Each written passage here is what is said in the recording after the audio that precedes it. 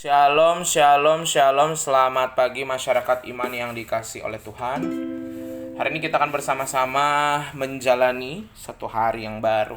Penyertaan Tuhan begitu indah dan begitu baik di hari kemarin. Dan kita percaya apapun yang kita alami itu adalah bagian dari penyertaan Tuhan. Tapi kemarin banyak masalah.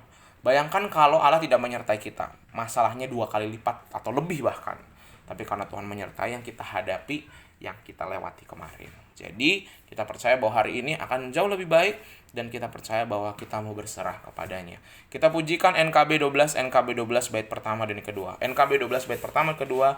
Oh Tuhanku, kau datang ke dunia.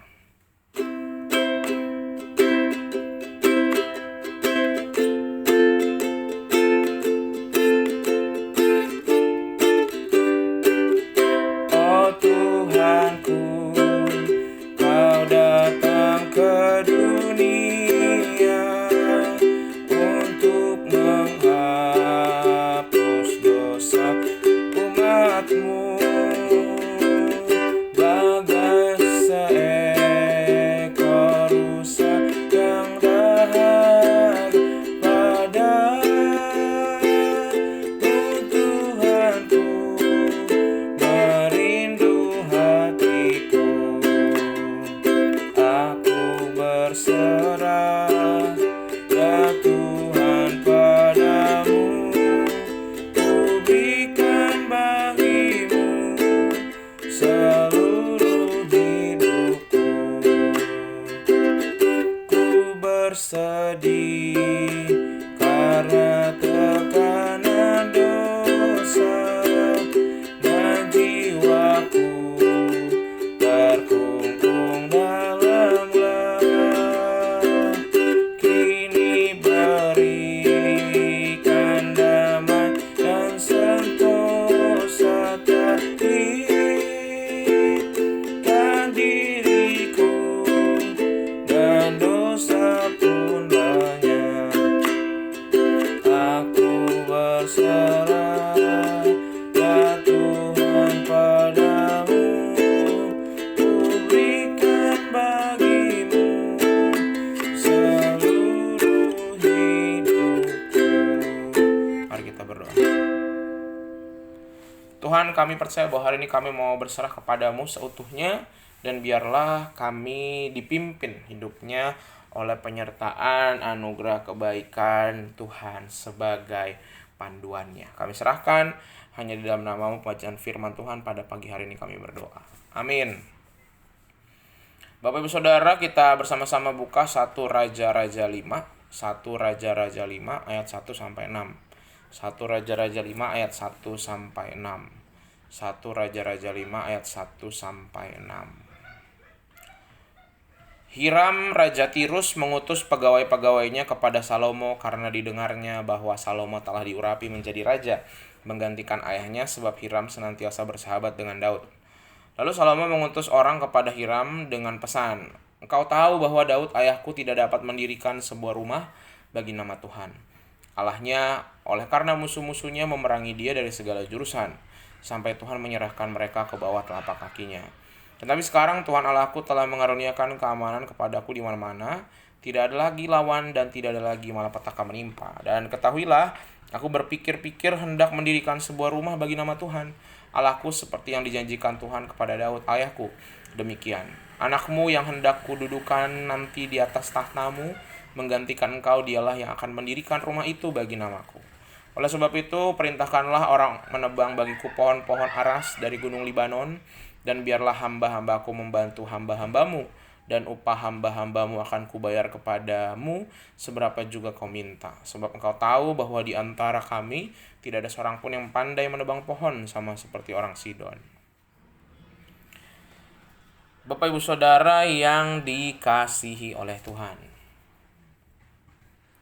apa perbedaan antara orang yang melakukan kebaikan untuk orang lain dan yang hanya sekedar menyenangkan hati orang lain? Sekali lagi, apa bedanya orang yang sungguh-sungguh melakukan kebaikan bagi orang lain atau sekedar menyenangkan hati orang lain? Jadi kalau dalam bahasa Inggris lebih jelas, kalau orang Berbuat baik itu kind person, sama satu lagi people pleaser, menyenangkan hanya orang lain. Apa bedanya? Bedanya, orang yang betul-betul baik adalah orang-orang yang ketika melakukan sesuatu dia lihat, ada orang misalnya, ada anak kecil, aduh temannya lagi makan es krim, dia nggak makan, aduh kasihan ya, temannya lain makan es krim, mungkin dia nggak ada uang, ya udah deh aku beliin es krim. Jadi itu berbuat baik. Jadi untuk kebutuhan dan keperluan orang lain, bukan karena kitanya mau. Awalnya kita nggak lihat dia, tapi pas lihat orangnya, aduh kasihan dia butuh tolong. Kalau menyenangkan orang lain itu ya, jadi kita lagi datang di sebuah tempat tuh ada lagi nggak ada makan es krim nih, tiba-tiba lihat anak-anak, aduh gimana ya supaya saya disenangi sama banyak orang, saya beliin es krim aja anak-anak ini. Jadi dia motivasinya beda. Kalau menyenangkan orang lain supaya dia dapat keuntungan, berbuat baik supaya dapat keuntungan buat dirinya. Kalau berbuat baik bagi orang lain adalah untuk menambah, justru untuk menolong orang lain, untuk kebaikannya buat orang lain, bukan dirinya. Nah, ini yang terjadi pada Raja Salomo. Raja Salomo ini tipe yang kedua. Sebenarnya dia hanya ingin menyenangkan ayahnya, menyenangkan keluarganya. Karena bapaknya Raja Daud tuh udah bernubuat bahwa dia rindu untuk bangun bait Allah, Tuhan gak ngizinin, Tuhan ngizinin anaknya. Jadi untuk menyenangkan hati bapaknya dan keluarganya, atau bahkan hanya demi ibaratnya nyogok Tuhan, gitu ya. Raja Salomo membangun ini. Tetapi ya Tuhan tetap aja berjalan, sekalipun Raja Salomo ada maksud itu, Tuhan tetap memberkati Salomo. Ya, siapa tahu Salomo berubah gitu ya.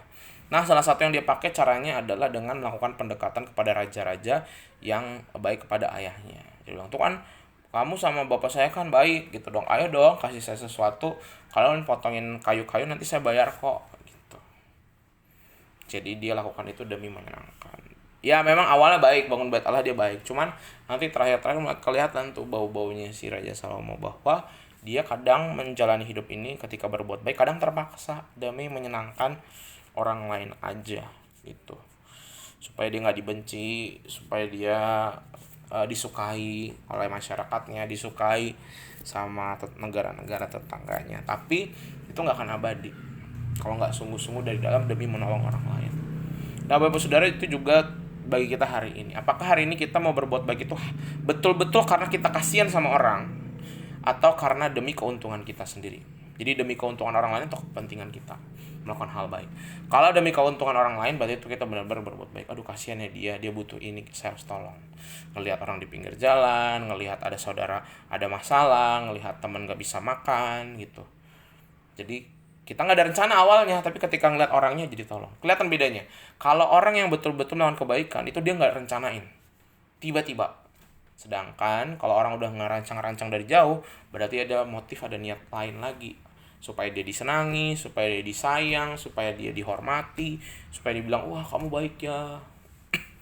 Nah, kita nggak boleh jadi yang kedua, kita harus jadi yang pertama. Dalam hidup ini kita harus berbuat baik tanpa ada ngerencanain dulu. Jadi karena emang kita lihat, aduh kasihan ya dia, saya bantu deh. Dia ngerencanain, tetap perbantuan orang penuh rencana iya, tapi nggak yang karena supaya saya disayang. Jangan. Pokoknya lakukan hal baik karena Tuhan udah baik sama saya. Aduh saya kasihan ngeliatnya, segera harus saya tolong.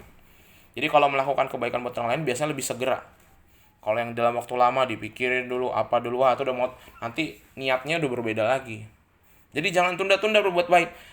Perbuatan baik makin ditunda, kemungkinan jadi hanya ingin menyenangkan orang lain jadi lebih besar. Kalau berbuat baik langsung lakukan, jangan ditunda-tunda. Tuhan mampukan kita. Amin. Mari kita berdoa. Tuhan, terima kasih hari ini firman-Mu mengingatkan kami tidak mau seperti Raja Daud yang kadang-kadang hanya ingin menyenangkan orang lain.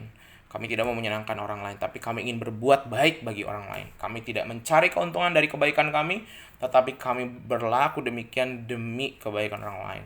Kami iba, kami sedih melihat saudara kami terluka, tidak bisa makan, mengalami kekurangan, kami ingin tolong. Mampukan kami Tuhan untuk bisa melakukan itu di hari ini. Kami serahkan hidup kami, pekerjaan, pelayanan, keluarga kami, sekolah kami, hanya dalam nama kami berdoa. Amin. Selamat pagi, Tuhan Yesus memberkati, tetap bersemangat.